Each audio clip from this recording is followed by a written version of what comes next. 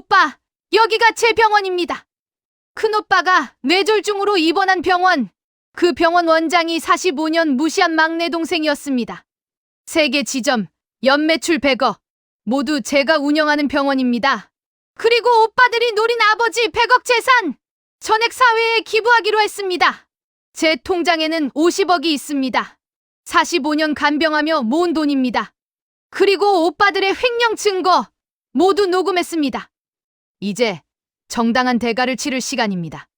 저는 올해 65, 박미숙이라고 합니다. 아버지 박철수는 올해 90살, 큰오빠는 69, 둘째 오빠는 67입니다.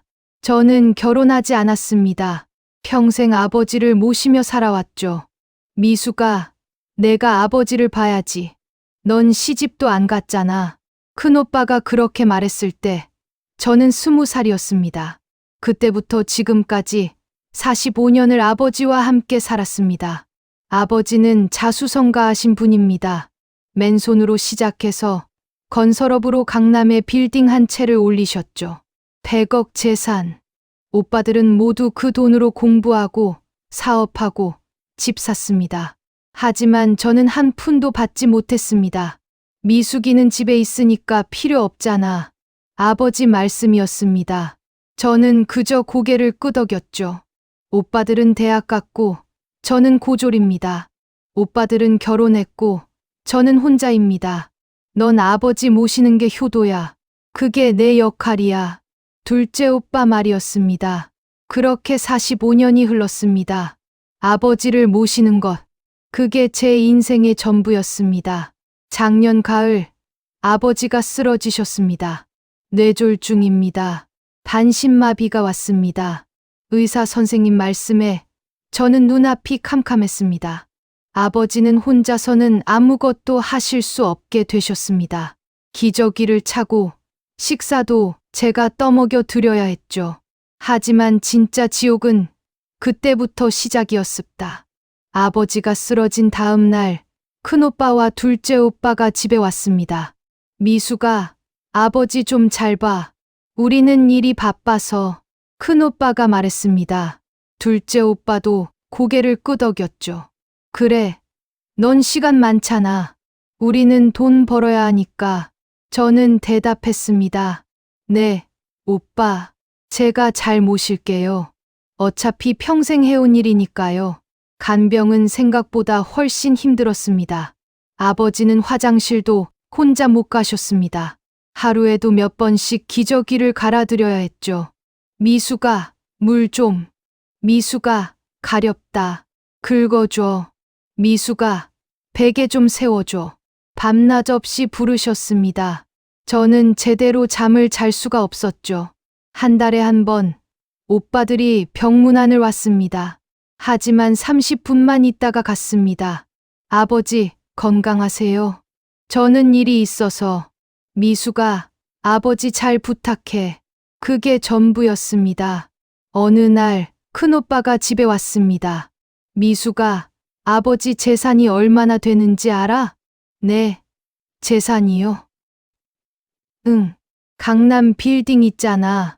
지금 시세로 100억은 넘을 거야. 큰오빠 목소리에는 걱정보다 욕심이 묻어났습니다. 오빠, 지금은 아버지 건강이 먼저 아닐까요?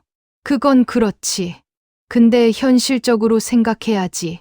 아버지 연세가 90인데 저는 말문이 막혔습니다.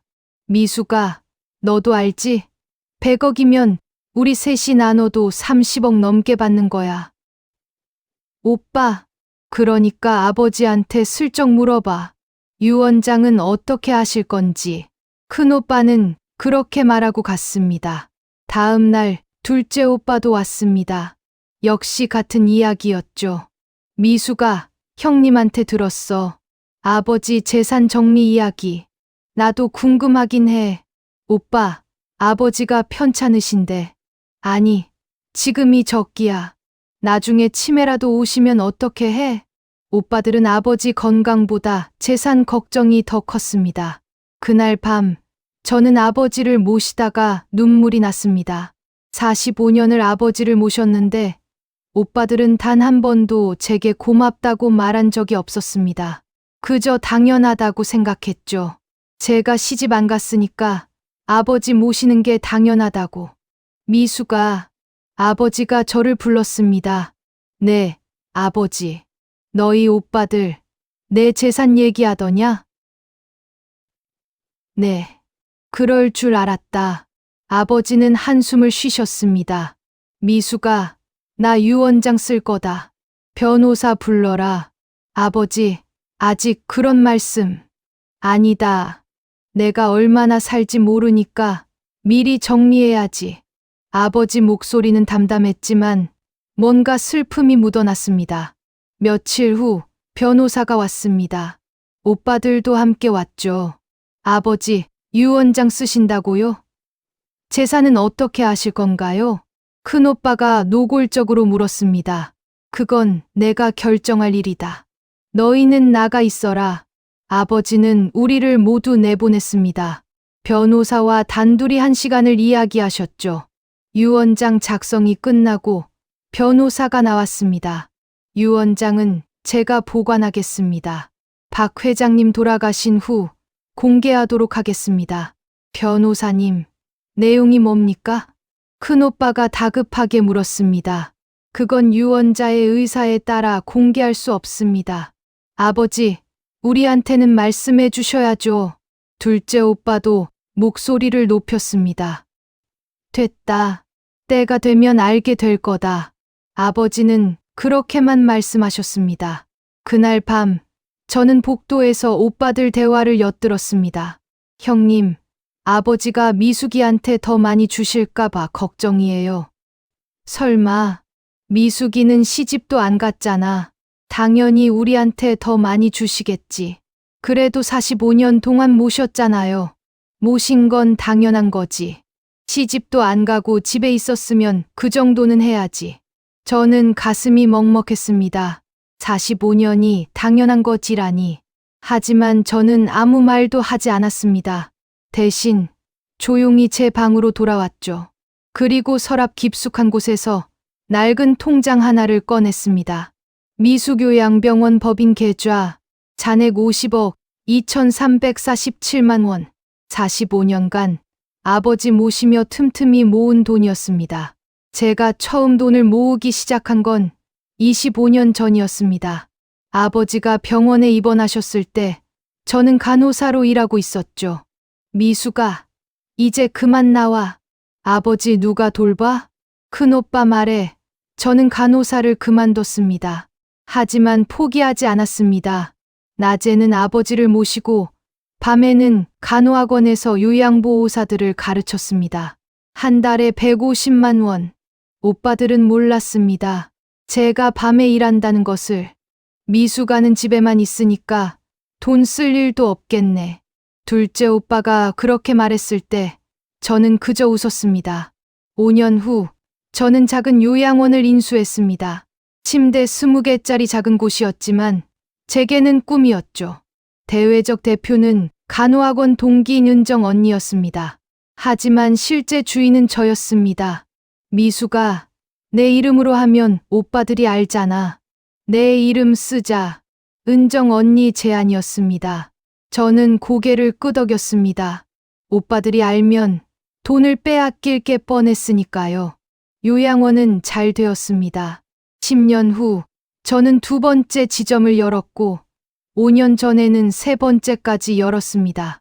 지금은 총 침대 200개, 직원 80명, 연 매출 100억 원 규모입니다.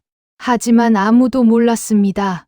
낮에는 아버지 기저귀를 갈고 밤에는 노트북으로 병원 운영 회의를 하는 제 모습을. 미숙 원장님, 내일 신규 입소자 면담이 있습니다. 화상회의에서 직원이 말했습니다. 네, 알겠습니다. 제가 직접 가겠습니다.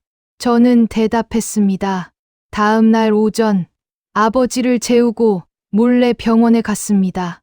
깔끔한 정장을 입고 배기를 걸쳤습니다. 원장님, 안녕하세요. 직원들이 인사했습니다. 수고하세요. 저는 미소 지으며 대답했습니다. 2시간 동안 병원 일을 보고 다시 집으로 돌아왔습니다. 아버지는 아직 주무시고 계셨고, 저는 다시 낡은 옷으로 갈아입었습니다. 오빠들은 몰랐습니다. 제가 매달 500만 원씩 통장에 넣고 있다는 것을, 제가 강남 아파트 2채를 투자용으로 갖고 있다는 것을, 제가 요양병원 3개의 실제 주인이라는 것을. 미수가, 돈 좀 빌려줘. 급한 일이 생겼어. 어느 날 큰오빠가 전화했습니다. 얼마나 필요하세요? 500만 원만. 다음 달에 갚을게. 저는 통장에서 500만 원을 빼서 줬습니다. 하지만 큰오빠는 갚지 않았습니다. 6개월 후 둘째 오빠도 전화했습니다. 미수가, 나도 좀 급해서 300만 원만. 저는 또 줬습니다. 역시 갚지 않았죠. 미숙이는 돈 쓸 데도 없잖아. 그냥 주는 거지 뭐. 오빠들은 그렇게 생각했습니다. 하지만 저는 아무 말도 하지 않았습니다. 대신 조용히 녹음 버튼을 눌렀습니다. 아버지가 유언장을 쓴 후 오빠들 태도가 이상해졌습니다. 더 자주 집에 왔지만 아버지를 보러 온 게 아니었습니다. 미수가, 아버지 서류 어디 있어? 큰오빠가 물었습니다. 서류요? 응. 빌딩 등기부등본이나 그런 거. 잘 모르겠는데요. 찾아봐. 중요한 거니까. 저는 고개를 끄덕였지만 녹음기를 켜두었습니다. 며칠 후 둘째 오빠가 왔습니다. 미수가, 아버지 인감도장 어디 있어? 왜요? 아, 그냥. 혹시 필요할까봐 제가 보관하고 있어요. 나한테 줘. 내가 갖고 있을게. 아버지 허락 받으셨어요? 아니, 그냥 형님이 필요하대. 저는 주지 않았습니다. 대신 이 대화도 녹음했습니다. 밤이 되었습니다. 아버지가 주무신 후 저는 조용히 녹음 파일을 들었습니다. 큰오빠와 둘째 오빠가 복도에서 나눈 대화였습니다. 형님, 아버지 재산 우리가 먼저 빼돌려야 하는 거 아니에요? 그래. 유언장에 뭐라고 썼는지 모르니까. 미숙이한테 많이 준다고 하면 어떡해요? 그러게. 그래서 서류랑 도장이 필요한 거야. 근데 미숙이가 안 줘요. 아, 짜증나. 나중에 변호사 시켜서라도 빼내야겠어. 저는 녹음을 멈췄습니다. 가슴이 떨렸습니다. 분노가 아니라 슬픔이었습니다. 오빠들이 정말 이럴 줄은 몰랐습니다. 하지만 저는 더 이상 순진하지 않았습니다. 다음 날 저는 은정 언니에게 전화했습니다. 언니, 변호사 좀 소개해줘. 좋은 분으로. 왜? 무슨 일 있어? 응, 준비할 게 있어서. 일주일 후 저는 변호사를 만났습니다. 오빠들이 아버지 재산을 빼돌리려 하고 있습니다. 저는 녹음 파일을 들려줬습니다. 변호사는 심각한 얼굴로 들었습니다. 이건 횡령 미수가 될 수 있습니다. 증거를 더 모으세요. 어떻게요? 대화를 계속 녹음하시고 문자나 카카오톡도 캡처하세요. 저는 고개를 끄덕였습니다. 그날부터 저는 모든 대화를 녹음했습니다. 큰오빠가 아버지 빌딩을 담보로 대출받으려 한 사실, 둘째 오빠가 도박으로 2억 빚을 진 사실, 두 오빠가 아버지 몰래 회계사를 고용해 재산을 조사한 사실, 모든 것을 기록했습니다. 3개월 후 저는 증거 파일 30개를 모았습니다. 녹음 15개, 문자 캡처 10개, 이메일 5개. 변호사는 말했습니다. 이 정도면 충분합니다. 법정에서 쓸 수 있습니다. 저는 파일을 USB에 담아 금고에 넣었습니다. 그리고 기다렸습니다. 오빠들이 스스로 무덤을 파는 것을. 아버지 병세가 나빠진 지 1년이 지났습니다. 어느 날 새벽, 큰오빠가 쓰러졌습니다. 형님, 형님. 둘째 오빠가 비명을 질렀고 저도 달려갔습니다. 큰오빠는 입이 돌아가고 한쪽 팔을 못 움직였습니다. 뇌졸중입니다. 빨리 병원 가야 해요. 저는 즉시 119를 불렀습니다. 응급차가 왔고 큰오빠를 실었습니다. 어느 병원으로 갈까요? 응급 구조사가 물었습니다. 순간 저는 결심했습니다. 미수교양병원으로 가주세요. 네, 거기요? 둘째 오빠가 놀라며 물었습니다. 네, 거기가 제일 가까워요. 하지만 거기는 요양병원이잖아. 큰 병원으로 가야지. 응급실 있어요. 괜찮아요. 저는 단호하게 말했습니다. 응급차는 미수교양병원으로 향했습니다. 30분 후, 우리는 병원에 도착했습니다. 환자 이송 왔습니다. 응급실 문이 열렸고 의사와 간호사들이 달려왔습니다. 원장님, 간호사가 저를 보고 인사했습니다. 순간 둘째 오빠가 멈췄습니다. 원장님, 둘째 오빠가 저를 쳐다봤습니다. 저는 낡은 옷 위에 걸쳐둔 배기를 바로 입었습니다. 네, 제가 이 병원 원장입니다. 둘째 오빠는 입을 벌린 채 얼어붙었습니다. 뭐라고? 미수교양병원. 제가 25년 전에 세운 병원입니다. 저는 차분하게 말했습니다. 잠깐, 그게 무슨 소리야? 너가 병원 원장? 네. 지금은 3개 지점을 운영하고 있고요. 연 매출 100억 원입니다.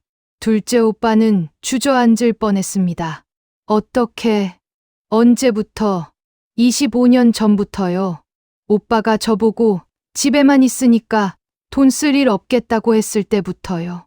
저는 차갑게 말했습니다. 환자 응급 처치 먼저 하겠습니다. 보호자분은 밖에서 기다려주세요. 의료진이 큰오빠를 응급실로 밀고 들어갔습니다. 둘째 오빠는 멍하니 서 있었습니다. 2시간 후 수술이 끝났습니다. 다행히 큰 문제는 없습니다.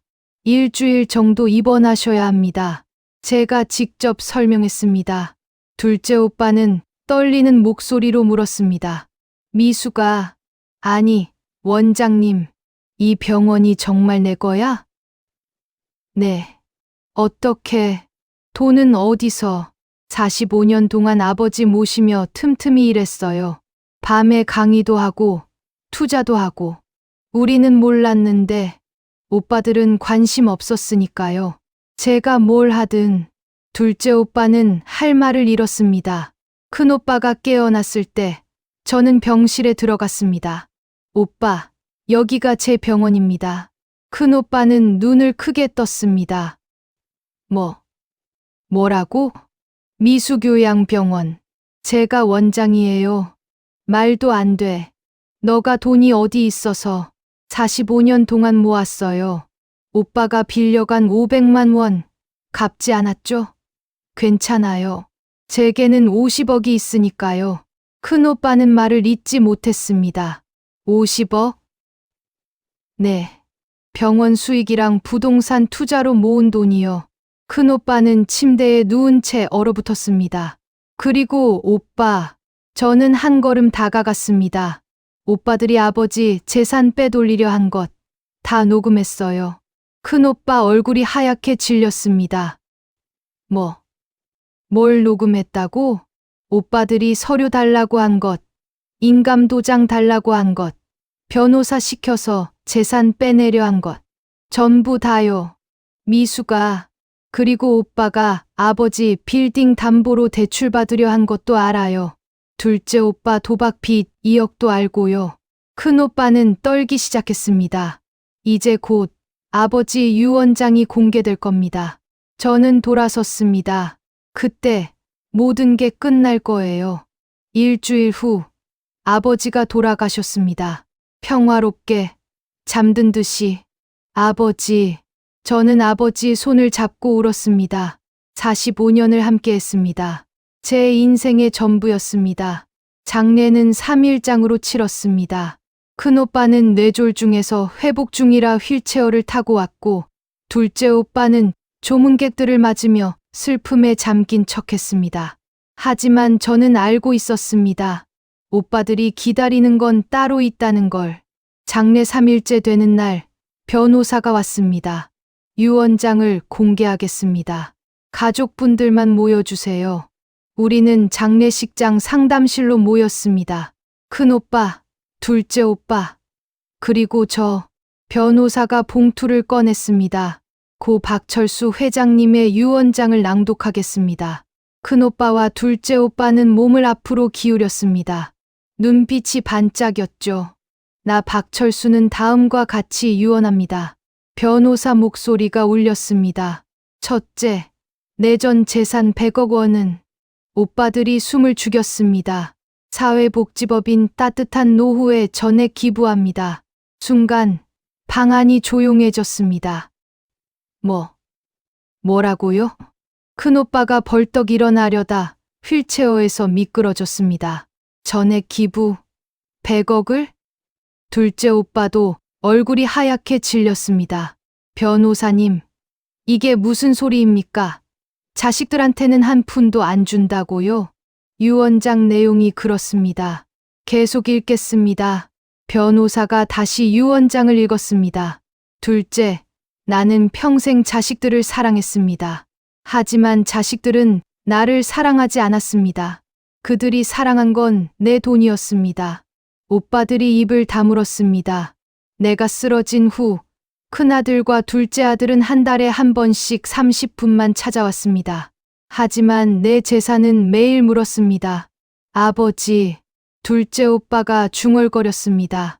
큰아들은 내 빌딩을 담보로 대출받으려 했고, 둘째 아들은 도박으로 빚을 졌습니다. 그들은 나를 이용하려 했습니다. 큰오빠는 고개를 숙였습니다. 하지만 막내딸 미숙이는 달랐습니다. 45년을 내 곁을 지켰습니다. 돈 때문이 아니라 사랑 때문이었습니다. 변호사가 저를 보았습니다. 셋째, 미숙이에게는 이미 충분한 능력이 있음을 압니다. 그 아이는 스스로 요양병원을 세우고 50억을 모았습니다. 나는 그것을 자랑스럽게 생각합니다. 오빠들이 저를 쳐다봤습니다. 미숙아, 너 아버지가 알고 계셨어? 둘째 오빠가 물었습니다. 저는 고개를 끄덕였습니다. 네, 10년 전부터 아셨어요. 왜 우리한테는 말 안 했어? 오빠들이 빼앗을까 봐요. 오빠들은 할 말을 잃었습니다. 변호사가 마지막 문장을 읽었습니다. 나머지 재산은 모두 사회에 기부합니다. 가난한 노인들이 외롭지 않게 그들 곁을 지켜줄 사람들을 위해 쓰이길 바랍니다. 미숙아, 고맙다. 너는 진짜 내 자식이었다. 저는 눈물이 났습니다. 아버지, 유언장 낭독이 끝났습니다. 큰오빠가 소리쳤습니다. 이건 불공평해. 우리도 아버지 자식인데. 오빠, 저는 조용히 말했습니다. 오빠들은 45년 동안 뭘 하셨어요? 그야, 한 달에 30분 왔죠. 그것도 재산 이야기만 하러. 하지만 우리도 바빴잖아. 네, 바빴죠. 아버지 빌딩 담보로 대출받고 도박하고 재산 빼돌릴 계획 세우느라 저는 가방에서 USB를 꺼냈습니다. 이게 뭔데?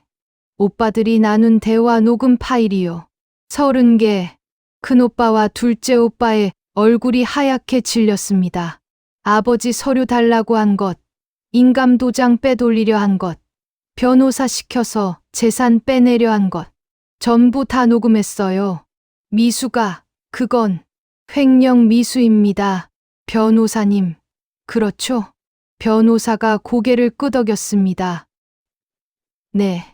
법적으로 횡령 미수 및 사문서 위조 시도로 고소 가능합니다. 큰오빠가 무릎을 꿇었습니다. 미수가, 제발, 우리 잘못했어. 고소하지 마. 둘째 오빠도 함께 무릎을 꿇었습니다. 미수가, 우리가 미쳤었어. 용서해줘. 저는 두 오빠를 내려다봤습니다. 45년 동안 저를 무시한 오빠들, 당연하다고 말하던 오빠들, 지금은 무릎을 꿇고 있었습니다.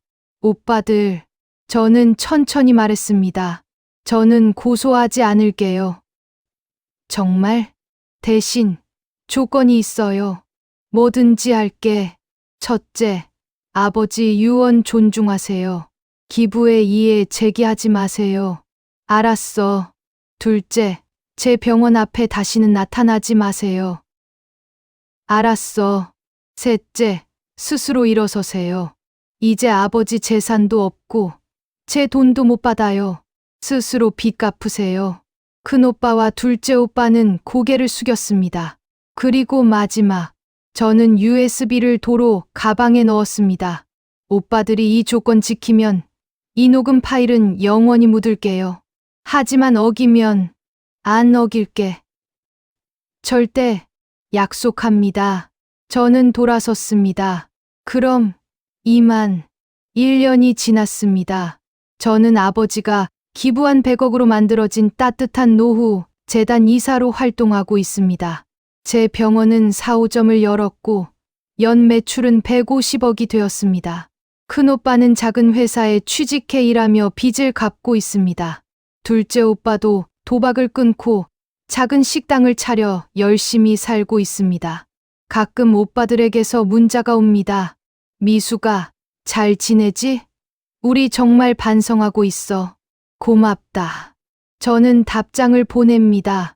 오빠들도 건강하세요. 아버지 산소에 갔습니다.